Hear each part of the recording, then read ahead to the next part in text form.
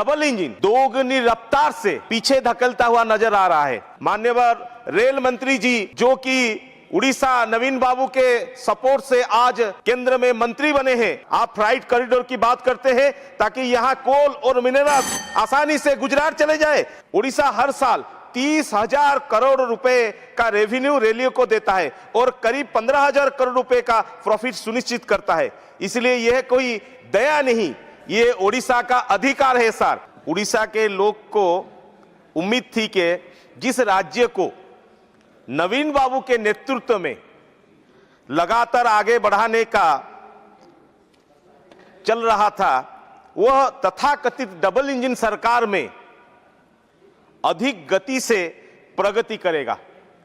लेकिन आज जो स्थिति दिखाई दे रही है वह बिल्कुल विपरीत है सर। जहां एक इंजन उड़ीसा को आगे ले जा रहा था, वहीं डबल इंजन दोगुनी रफ्तार से पीछे धकेलता हुआ नजर आ रहा है। यह उड़ीसा की जनता की आकांक्षा और विश्वास के साथ स्पष्ट विश्वासघातकता है सर। उड़ीसा के लिए इस बजट में मुख्य 3 घोषणाएं की गई है सर।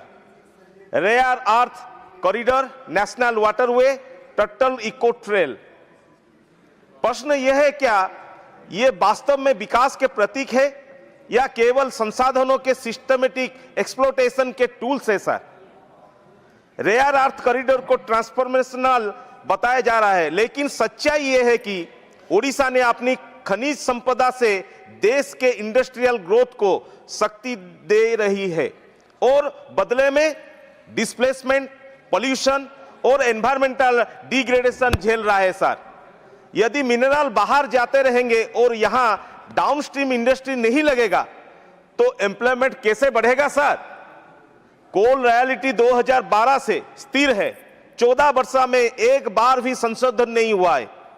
इसके कारण उड़ीसा को हर साल महत्वपूर्ण राजस्व नुकसान होता है सर।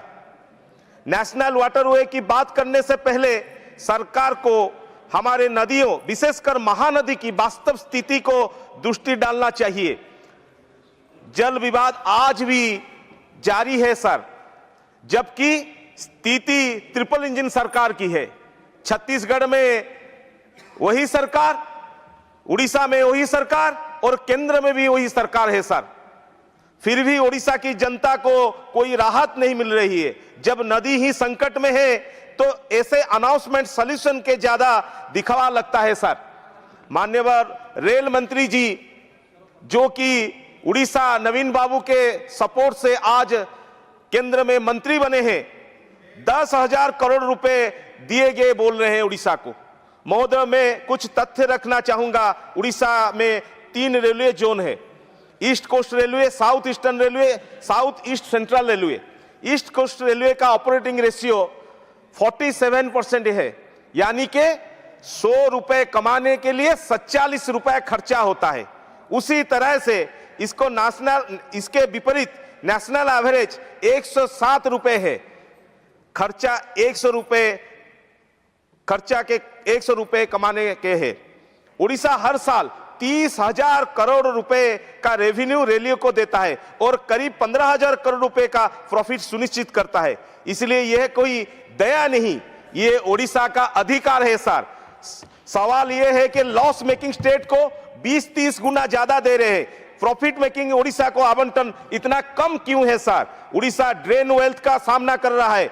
आप अन्य राज्यों में बुलेट ट्रेन कर लीजिए, कोई हमको फर्क नहीं पड़ता है, लेकिन भुवनेश्वर कोलकाता, भुवनेश्वर विशाखापट्टनम जैसे कॉरिडोर पूर्व भारत के आर्थिक परिवर्तन का आधार नहीं बन सकती क्यों सर?